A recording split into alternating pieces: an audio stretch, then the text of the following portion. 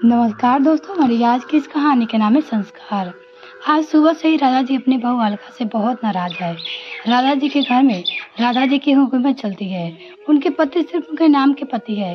राधा जी के दो बेटे, बड़ा बेटा अनिल और छोटा बेटा नवीन है। अलका उनके बड़े बेटे अनिल की पत्नी है। अलका और अनिल की शादी को अभी 6 महीने हुए हैं।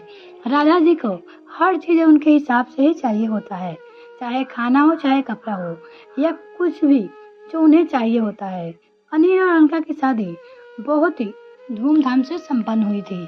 पर कहते हैं ना कि शादी ब्याह में आप कितना भी कुछ कर लो, पर कोई ना कोई नुक्स निकालना नहीं, पर निकाला जरूर जाता है।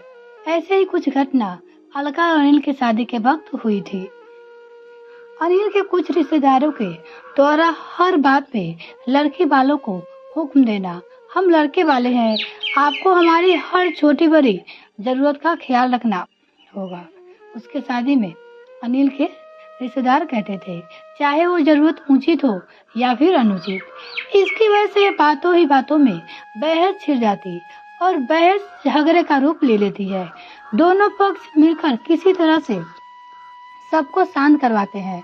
तभी अनिल के पिताजी यानी अलका के ससुर अलका के घर वालों से अपने रिश्तेदारों को दिया किए गए दुर्व्यवहार के लिए सबसे माफी मांगते हैं और साथ में सब ये भी कहते हैं कि शादी ब्याह में काम बहुत सारे होते हैं, कुछ कमी हो भी गई तो क्या हुआ, हम उसी कमियां की वजह से जो बाकी सब सुविधाएं है हमारे लिए उपलब्ध कराई गई है उनकी कोई कीमत नहीं है।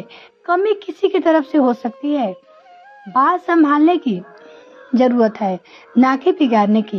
अनिल के पिताजी की बातों को सुनकर अलका के पिताजी के चेहरे पे मुस्कुराहट आती है और बड़ी ही धूमधाम से अलका और अनिल की शादी होती है। किसी तरह शादी संपन्न हुआ। जब राधा जी को इन सब के बारे में पता चला तो वो बहुत गुस्सा होती है और अपने पति को भी बहुत सुनाती है। आपको क्या जरूरत थी माफी मांगने की? लड़के के घर वाले की खातिरदारी करना उनकी जिम्मेदारी है। अनिल की माँ बोली, लड़की दे रहे वो अपनी, वो भी तो इतने बड़े घर में। लड़के का पिता हाथ जोड़कर खड़े ही अच्छे लगते हैं। जब औकात नहीं थी तो इतने बड़े घर में बेटी की शादी क्यों की? बड़ा ही संस्कारहीन परिवार है।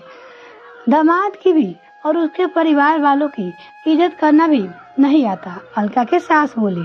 उसी दिन अलका राधा जी के नजरों में गड़ने लगी थी और घर में कुछ भी होता बस राधा जी को मौका मिलता वही बात को लेकर अलका को ताने देती अपनी बहू को, तुम्हारे मायके वाले में संस्कार नहीं है, जब औकात नहीं थी तो खातिरदारी करने के तो इतने बड़े घर में बेटी का शादी क्यों की? अपनी सास की तानों से सुनकर नई नई दुल्हन बनी अलका खामोश थी, वो कुछ भी नहीं बोली। अनिल अलका को बहुत प्यार करता है। वो अलका को समझाते हुए कहता है, माँ की बातों को दिल पे ना लो, मैं उनसे बात करूंगा। अलका के आ जाने से उसका देवर नवीन और उसके ससुर जी बहुत खुश रहते थे अलका से। अलका के ससुर जी अलका को बहू कम बेटी सा मान करते हैं और नवीन तो अपनी हर छोटी बड़ी बातें अलका से यानी अपनी भाभी के साथ शेयर करता है। अलका की इज्जत भी बहुत करता है, पर उसकी सासू माँ राधा जी अलका के हर काम में गलती ढूंढती रहती है, क्योंकि शादी के वक्त से वो नाराज थी।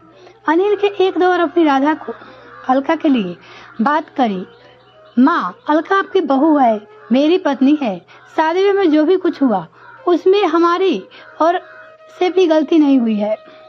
उन्होंने तो सब कुछ बहुत अच्छा अरेंज किया था, बीते बातों को कब तक पकड़ कर बैठे रहेंगे, जो हुआ सो हुआ। ये हर बात पे अलका को ताने देना ये तो सही नहीं है, वो अब इस घर का हिस्सा है, मेरी पत्नी आपकी बहू है। अनिल ने धीरे से ये बातें अपनी माँ को कही, ये राधा जी को। अनिल की बात सुनकर राधा जी का गुस्सा 7वें आसमान पे पहुंच गया और उन्होंने अपने बेटे अनिल को बहुत खरी खोटी सुनाई। अभी शादी को कुछ ही महीने हुए हैं और तुम अपनी पत्नी की वकालत करने आ गए हो।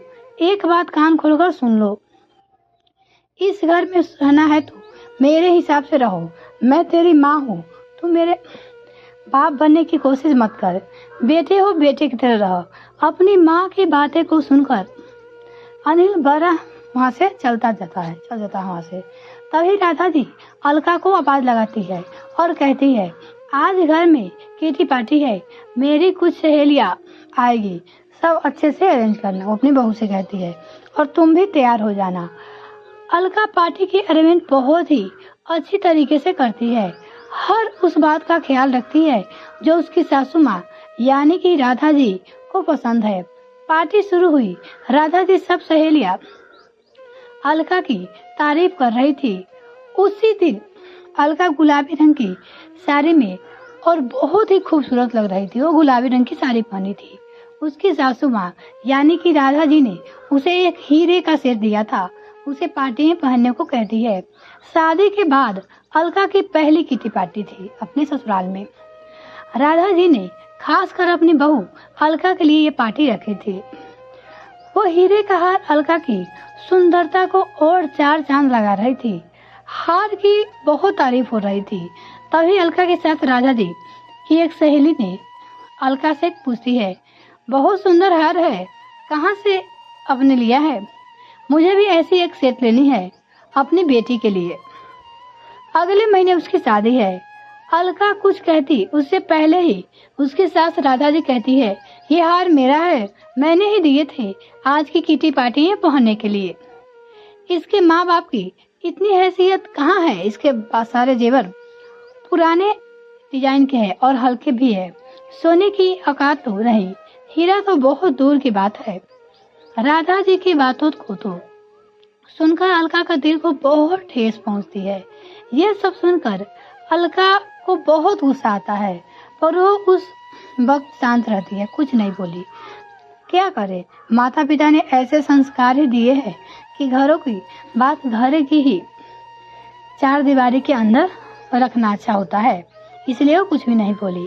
अलका ने कभी भी अपनी सास को कभी कोई जवाब नहीं देती है, चाहे वो कितना भी कुछ ना करे, वो अपनी सास से कभी बहस नहीं करती थी।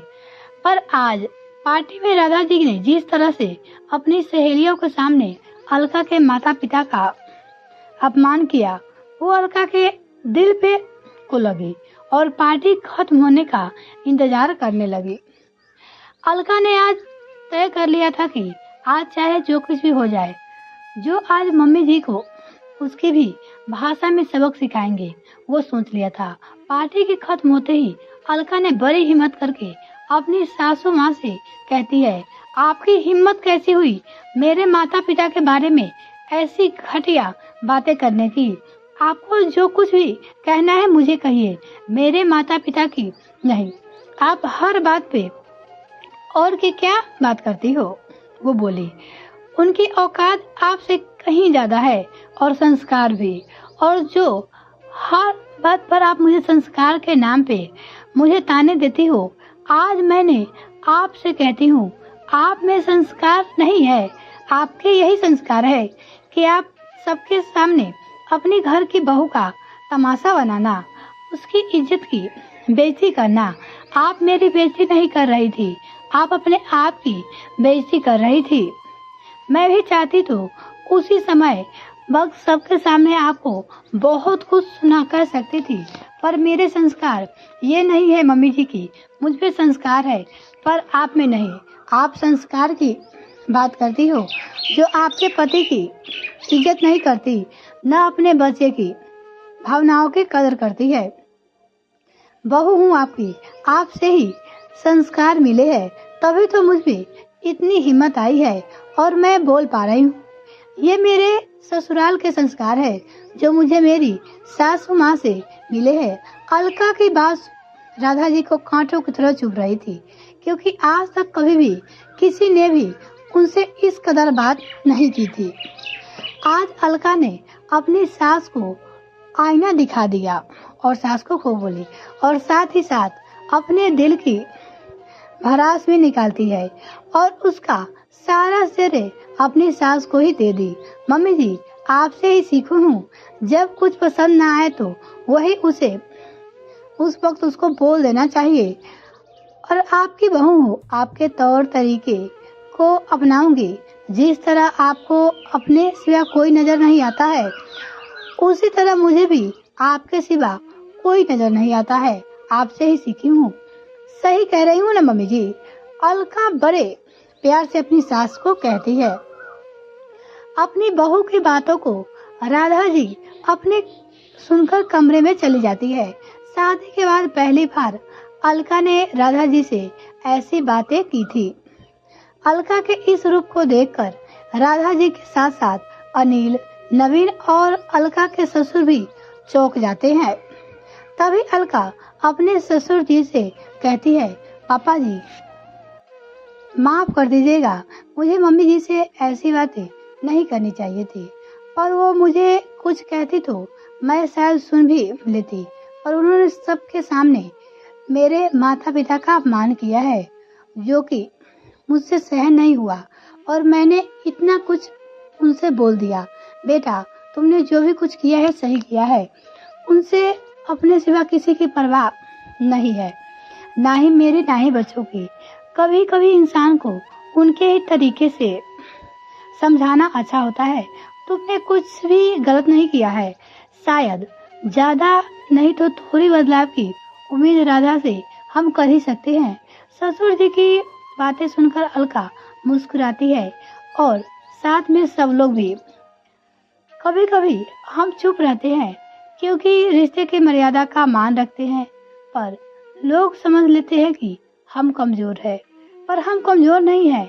हमारे संस्कार है जो हमें अपने से जुड़े हर रिश्ते का मान रखना सिखाती है। हमारी खामोशी हमारी कमजोरी नहीं, हमारी ताकत है। यह कहानी आपको कैसी लगी कमेंट सेक्शन में लिखना ना भूले। ये वीडियो अगर आपको पसंद आई तो कमेंट जरूर करें। अगर आप इसका नेक्स्ट पार्ट भी देखना चाहते हैं तो मुझे कमेंट सेक्शन में जरूर लिखें, हम नेक्स्ट पार्ट भी इसका लेकर आएंगे। बहुत बहुत धन्यवाद।